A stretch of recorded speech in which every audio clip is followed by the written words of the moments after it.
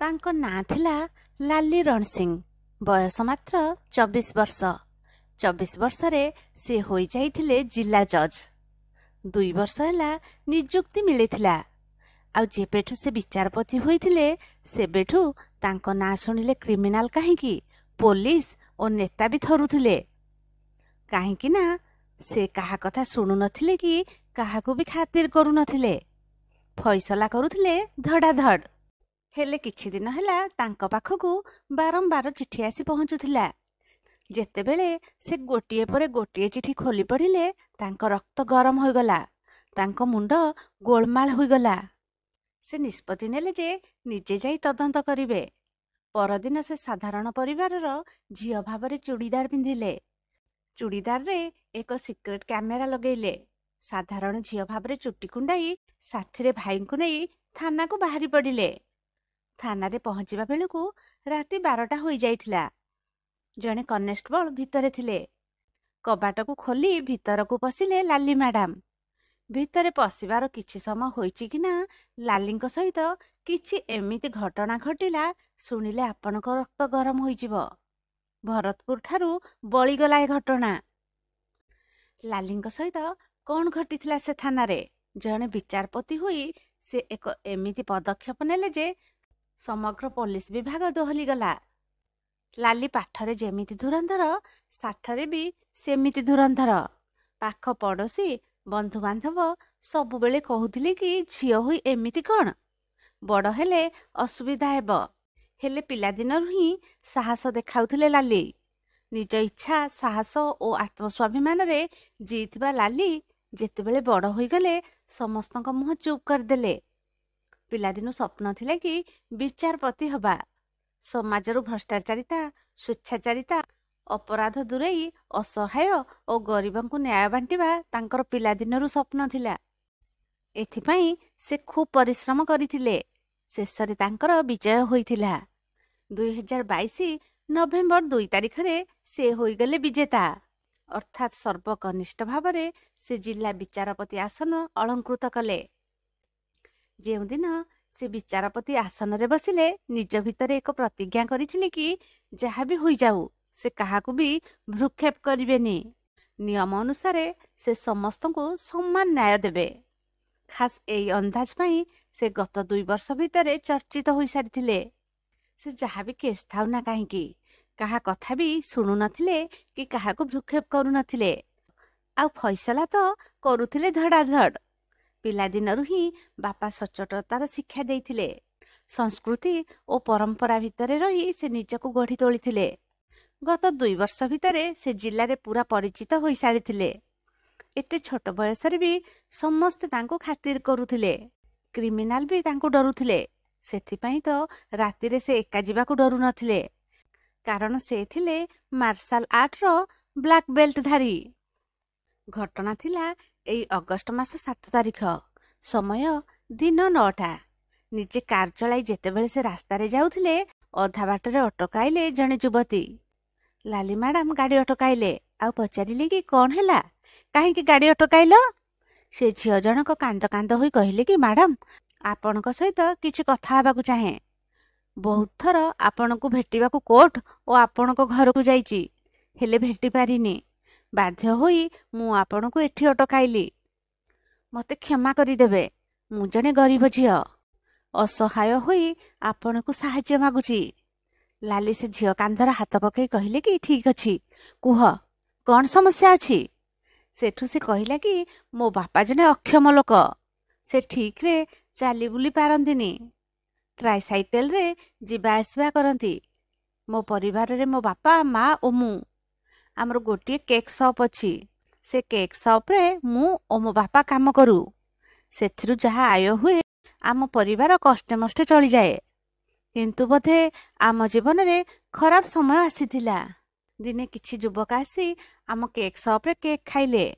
ଖାଇସାରି ପଳାଉଥିଲେ। ଟଙ୍କା ମାଗିବାରୁ ସେମାନେ ଗାଳିମନ୍ଦ କଲେ। ମୋତେ ଖରାପ ବ୍ୟବହାର କଲେ। ମୋ ବାପା ପ୍ରତିବାଦ କରିବାରୁ ତାଙ୍କୁ ପ୍ରବଳ ମାଡ଼ ମାରିଲେ।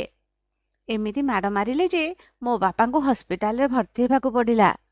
ବାପାଙ୍କ ହାତ ଭାଙ୍ଗି ଯାଇଥିଲା। ଠିକ୍ ହେବାକୁ ପୁରା 7 ମାସ ଲାଗିଲା।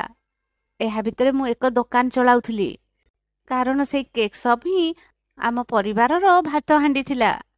ସେଦିନ ପରେ ଆମେ ଚୁପ ହୋଇ ରହିଯାଇଥିଲୁ। ହେଲେ ସେମାନେ ପୁଣି ଥରେ ଆସିଲେ ଆଉ ମୋ ସହିତ ପୁଣି ଖରାପ ବ୍ୟବହାର କରିବାକୁ ଲାଗିଲେ। ମୁଁ ଚିଲେଇଲି। ଆଖପାଖ ଲୋକ ଆସିବାରୁ ସେମାନେ ପଳେଇଲେ ସତ, ହେଲେ ମୋ ଆତ୍ମସ୍ୱାଭିମାନରେ ଆଞ୍ଚ ଆସିଲା। ମୋତେ ଖରାପ ଲାଗିଲା କି ମୁଁ କିଛି କରିପାରୁନି ବୋଲି। ଏହାପରେ ସାହସ ବାନ୍ଧି ମୁଁ ବାପାଙ୍କୁ ନେଇ ଥାନାକୁ ଗଲି। ଥାନାରେ ଜଣେ କନେଷ୍ଟବଳ ଓ ଏସ୍ଆଇ ଥିଲେ। ଯେତେବେଳେ ମୁଁ ଏକଥା ତାଙ୍କୁ ଜଣେଇଲି, ସେମାନେ ମୋତେ ଗୋଡ଼ରୁ ମୁଣ୍ଡ ଯାଏ ଅନେଇଲେ। ତାପରେ ମୁଁ କହିଲି କି ସାର୍, ମୋ ଏଫଆଇଆର ରଖନ୍ତୁ ଆଉ ମୋତେ ନ୍ୟାୟ ଦିଅନ୍ତୁ। ହେଲେ ସେମାନେ କହିଲେ କି ତୋ ସହିତ ଏମିତି କ'ଣ ହେଇଛି ଯେ ଆମେ ଏଫଆଇଆର ରଖିବୁ? ତୋ ବାପା ତ ଠିକ୍ ହୋଇଗଲେଣି। ସେମାନଙ୍କ ସହିତ ଲାଗିଲେ ଆଗକୁ ତୁ ହଇରାଣ ହେବୁ। ଆମେ କ'ଣ ତୋତେ ସବୁବେଳେ ଜଗିବାକୁ ଯିବୁ ନା କ'ଣ? ମୋତେ କେତେ କ'ଣ କହିବାରୁ ମୁଁ ଡରିକି ପଳେଇ ଆସିଲି। କିନ୍ତୁ ବାପା ମୋତେ ସାହସ ଦେଲେ ଆଉ ତାଙ୍କ ଉପର ଅଫିସର ପାଖକୁ ଯାଇ ଅଭିଯୋଗ କରିବା ପାଇଁ କହିଲେ। ସେଠୁ ମୁଁ ବାପାଙ୍କୁ ନେଇ ତାଙ୍କ ଉପର ଅଫିସର ପାଖକୁ ଗଲି। ସେ ସେମାନଙ୍କୁ ତାଗିଦ କରି ଏଫଆଇଆର ରଖିବାକୁ କହିଲେ ଆଉ ମୋତେ ତାଙ୍କ ପାଖକୁ ପଠେଇଲେ। କିନ୍ତୁ ଥାନାରେ ପୁଣି ମୋତେ ଦୁର୍ବ୍ୟବହାର କରାଗଲା। 2 ଦିନ ମୋତେ ଦୌଡ଼େଇବା ପରେ ଶେଷରେ ଏଫଆଇଆର ରଖିଲେ। ଅଭିଯୋଗ ରଖିଲେ ସିନା, ମୋତେ ସେମାନେ ଥାନା ଭିତରେ ଖରାପ ଭାଷାରେ ଗାଳିମନ୍ଦ କଲେ ଆଉ ହାତ ବି ଉଠାଇଲେ। ମୁଁ ସେଠୁ ପଳେଇ ଆସିଲି। 2 ମାସ ହୋଇଗଲାଣି, କିନ୍ତୁ ସେମାନେ ଏପର୍ଯ୍ୟନ୍ତ କିଛି ବି କଲେନି। ସାହସ ପାଇ ସେ ଯୁବକମାନେ ବି ମଝିରେ ମଝିରେ ଆସି ହଇରାଣ କରୁଛନ୍ତି। ମ୍ୟାଡ଼ାମ, ଆପଣ ମୋତେ ସାହାଯ୍ୟ କରନ୍ତୁ। ଆପଣଙ୍କ କଥା ମୁଁ ବହୁତ ଶୁଣିଛି। ଆପଣ ନ୍ୟାୟଦାତା। ଆପଣଙ୍କ ନାଁ ଶୁଣିଲେ ସମସ୍ତେ ଡରନ୍ତି। ତେଣୁ ମୋତେ ନ୍ୟାୟ ଦିଅନ୍ତୁ କହିକି ସେ ଝିଅ ଲାଲିଙ୍କ ଗୋଡ଼ ତଳେ ପଡ଼ିଗଲା। ସେ ଝିଅ ଯାହା କହିଲା ଶୁଣିକି ଲାଲିଙ୍କର ରକ୍ତ ଗରମ ହୋଇଗଲା। ସେ ନିଜକୁ ସମ୍ଭାଳି ସେ ଝିଅକୁ ଆଶ୍ୱାସନା ଦେଲେ କି ଖୁବ୍ ଜଲ୍ଦି ତୁମକୁ ନ୍ୟାୟ ମିଳିବ। ଏବେ ଘରକୁ ଯାଅ। ପୁଣି କାର୍ ଚଳାଇ ସେ କୋର୍ଟ ଫେରିଲେ। କୋର୍ଟ ଫେରିବା ପରେ ତାଙ୍କର ମନେ ପଡ଼ିଗଲା କି କିଛି ଦିନ ହେଲା ତାଙ୍କ ପାଖକୁ ଅନେକ ଚିଠି ଆସୁଛି, ହେଲେ ସେ କାର୍ଯ୍ୟବ୍ୟସ୍ତତା ପାଇଁ ଖୋଲିକି ଦେଖିପାରି ନାହାନ୍ତି।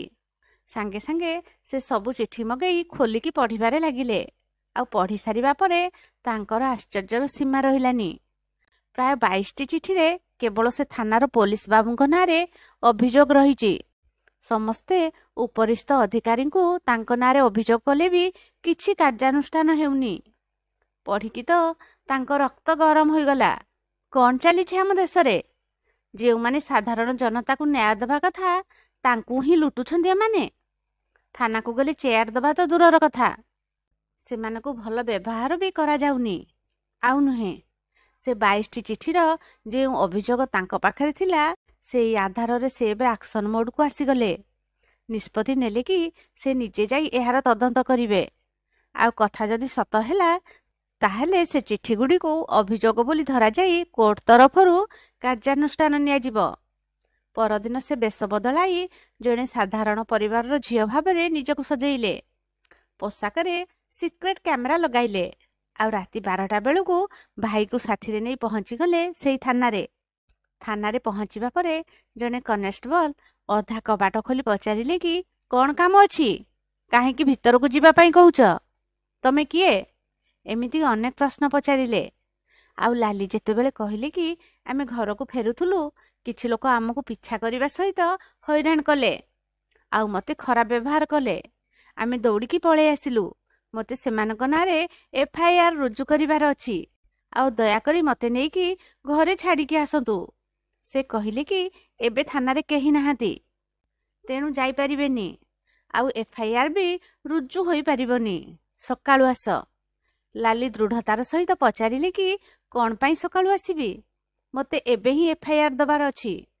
ସେଠୁ ସେ କିଛି ନ ଶୁଣି କବାଟ ଦେଇଦେଲେ। ମୁଁ କବାଟ ଜୋର ଜୋର ପିଟିବାରୁ ସେ ଝରକା ଖୋଲି ମନ ଇଚ୍ଛା ଗାଳି ଦେଲେ। ମୁଁ ହାତ ଯୋଡ଼ି ଅନୁରୋଧ କଲି କି ନହେଲେ ମୋତେ ନେଇ ଘରେ ଛାଡ଼ି ଦିଅନ୍ତୁ। ସେ କହିଲେ କି ଗାଡ଼ିରେ ତେଲ ନାହିଁ, 1000 ଟଙ୍କା ବାହାର କର, ଗାଡ଼ିରେ ତେଲ ପଡ଼ିଲେ ତମକୁ ଛାଡ଼ି ପାରିବି। ସେଠୁ ଲାଲି କହିଲେ କି ଠିକ୍ ଅଛି, ମୁଁ 1000 ଟଙ୍କା ଦେବି। ଆପଣ ଏଫଆଇଆର ରୁଜୁ କରି ମୋତେ ନେଇ ଛାଡ଼ିକି ଆସିବେ। ସେଇ ଝରକା ଦେଇ ହିଁ ଲାଲି ସେ କନେଷ୍ଟବଳଙ୍କୁ 1000 ଟଙ୍କା ଦେଲେ। ତାପରେ କନେଷ୍ଟବଳ କବାଟ ଖୋଲିଲେ ଆଉ ଲାଲି ଯେତେବେଳେ ଭିତରକୁ ଗଲେ ସେ ଦୃଶ୍ୟ ଦେଖିକି ତାଙ୍କ ମୁଣ୍ଡ ଘୁରିଗଲା। ଥାନାର ଜଣେ ଏସ୍ଆଇ ଡ୍ୟୁଟିରେ ଥିଲେ। ସେ ତାଙ୍କ ସିଟ୍ରେ ବସି ମଦ ପିଉଥିଲେ। ଟେବୁଲ ଉପରେ ମଦ ବୋତଲ ସହିତ ଚିକେନ ରହିଥିଲା। ଗୋଡ଼ ଉପରେ ଗୋଡ଼ ଥୋଇ ସେ ମଦ ଚିକେନ ଖାଉଥିଲେ। କେବଳ ହାଫ୍ ପ୍ୟାଣ୍ଟଟିଏ ପିନ୍ଧିଥିବା ବେଳେ ଦେହରେ କିଛି ବି ପୋଷାକ ନଥିଲା। ଲାଲି ଯାଇ ତାଙ୍କ ଟେବୁଲ ସାମ୍ନାରେ ବସିଲା। କାରଣ ସେ ହିଁ ଏଫ୍ଆଇଆର୍ ଲେଖିବାର ଥିଲା। କିନ୍ତୁ ସେ ମଦ ନିଶାରେ ଚୁର୍ ଥିଲେ।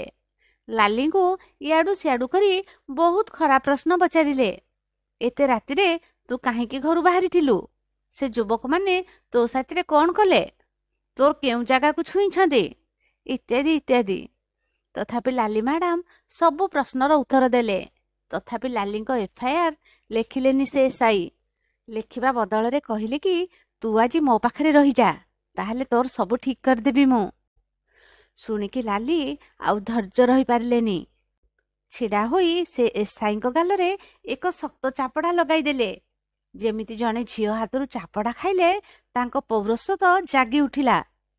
ଉଠିପଡ଼ି ଲାଲିଙ୍କୁ ଧରି ପକାଇ ଅସଦ୍ ବ୍ୟବହାର କରିବାକୁ ଆରମ୍ଭ କରିଦେଲେ। ହେଲେ ସେ ଜାଣିନଥିଲେ କି ଯାହା ଦେହରେ ସେ ହାତ ଦେଉଛନ୍ତି ସେ ଜଣେ ବ୍ଲାକ୍ ବେଲ୍ଟ ବୋଲି। ଲାଲି ଥିଲେ କରାଟେ ମାଷ୍ଟର ଆଉ ଆଇନର ପୂଜାରୀ। ଯେମିତି ସେ ଏସ୍ଆଇ ତାଙ୍କୁ ଧରି ପକାଇଲେ ସେ ଆରମ୍ଭ କରିଦେଲେ ଫାଇଟ୍। ଏମିତି ଷ୍ଟାଇଲରେ ମାରିଲେ ଯେ ଏସ୍ଆଇଙ୍କର ବି ହୋସ୍ ରହିଲାନି। ଏସ୍ଆଇ ମାଡ଼ ଖାଇବାର ଦେଖି ଆଉ 2 ଜଣ କନେଷ୍ଟବଳ ଦୌଡ଼ି ଆସି ଲାଲିଙ୍କୁ ଧରିବା ପାଇଁ ଚେଷ୍ଟା କଲେ। ହେଲେ ଲାଲି 3 ଜଣଙ୍କୁ ଏମିତି ଧୋଇଲେ ଯେ ସେମାନଙ୍କ ହୋସ୍ ଉଡ଼ିଗଲା। କାହାର ମୁଣ୍ଡ ଫାଟିଥିଲା ତ କାହାର ଗୋଡ଼ ଭାଙ୍ଗିଗଲା, ଆଉ କିଏ ଖଣ୍ଡିଆ ଖାବରା ହୋଇ ତଳେ ପଡ଼ିଗଲେ। 2 ଘଣ୍ଟା ଧରି ଥାନା ଭିତରେ ପାଲିଟି ଯାଇଥିଲା ରଣକ୍ଷେତ୍ର। ଲାଲି ନିଜେ ଆମ୍ବୁଲାନ୍ସ ଡାକି ସେମାନଙ୍କୁ ହସ୍ପିଟାଲକୁ ପଠାଇଲେ। ଆଉ ଏସ୍ପିଙ୍କୁ ଫୋନ୍ କରି ଡକେଇ ପଠାଇଲେ। ତୁରନ୍ତ ଏସ୍ପି ଆସି ଥାନାରେ ପହଞ୍ଚିଗଲେ। ଲାଲିଙ୍କ ସିକ୍ରେଟ୍ କ୍ୟାମେରାରେ ସବୁ କିଛି ରେକର୍ଡ ହୋଇ ରହିଥିଲା। ଥାନା ଭିତରେ ଯାହା ଯାହା ଘଟିଲା ସେ ଏସ୍ପିଙ୍କୁ ସବୁ କଥା କହିଲେ। ତା ସହିତ ପ୍ରବଳ ଗାଳି ଦେଲେ। କହିଲେ କାଲି ସୁଦ୍ଧା ସମସ୍ତେ ଆସି କୋର୍ଟରେ ହାଜର ହୁଅ। ସମସ୍ତଙ୍କ ପାଖକୁ ମୁଁ ସମନ ପଠାଉଛି କହିକି ସେଠାରୁ ପଳେଇଲେ। ପରଦିନ ସବୁ ପୋଲିସ ଅଧିକାରୀଙ୍କୁ କୋର୍ଟରୁ ସମନ ଗଲା କି ପରଦିନ ଆସି ହାଜର ହୁଅ। ସମନ ପାଇ ପୋଲିସ ବିଭାଗରେ ଚାଞ୍ଚଲ୍ୟ ଖେଳିଗଲା। କାରଣ ସେମାନେ ବି ଜାଣିଥିଲେ କି ବୟସରେ ଛୋଟ ହେଲେ ବି ଲାଲି ମ୍ୟାଡ଼ାମ ପୁରା ଶକ୍ତ, କାହାରିକୁ ଛାଡ଼ନ୍ତିନି। ପରଦିନ ଏସ୍ପିଙ୍କ ସମେତ ସେ ଥାନାର 2 ପୋଲିସ ଆସି କୋର୍ଟରେ ହାଜର ହେଲେ। କେବଳ ଗୋଡ଼ ଭାଙ୍ଗିଥିବା ପୋଲିସ କର୍ମଚାରୀ ଆସିନଥିଲେ। 2 ପୋଲିସ ଭିତରୁ ଜଣେ ଅଧା ମୁହଁରେ ବ୍ୟାଣ୍ଡେଜ ଭିଡ଼ିଥିବା ବେଳେ ଆଉ ଜଣେ ହାତରେ ବ୍ୟାଣ୍ଡେଜ ଗୁଡ଼ାଇଥିଲେ। ଦେଖିକି ସମସ୍ତେ ବି ଆଶ୍ଚର୍ଯ୍ୟ ହେଉଥିଲେ କି ପୋଲିସ ବାବୁମାନଙ୍କର ଏମିତି ଅବସ୍ଥା କରିବାକୁ କାହାର ସାହସ ହେଲା। କୋର୍ଟ କାମ ଆରମ୍ଭ ହେଲା। ଲାଲି ମ୍ୟାଡ଼ାମ ସେ 22 ଚିଠିର ଅଭିଯୋଗକାରୀଙ୍କୁ ବି ଡକାଇଥିଲେ। ସମସ୍ତେ ସେ ପୋଲିସ ବିରୁଦ୍ଧରେ ପ୍ରମାଣ ଦେଲେ।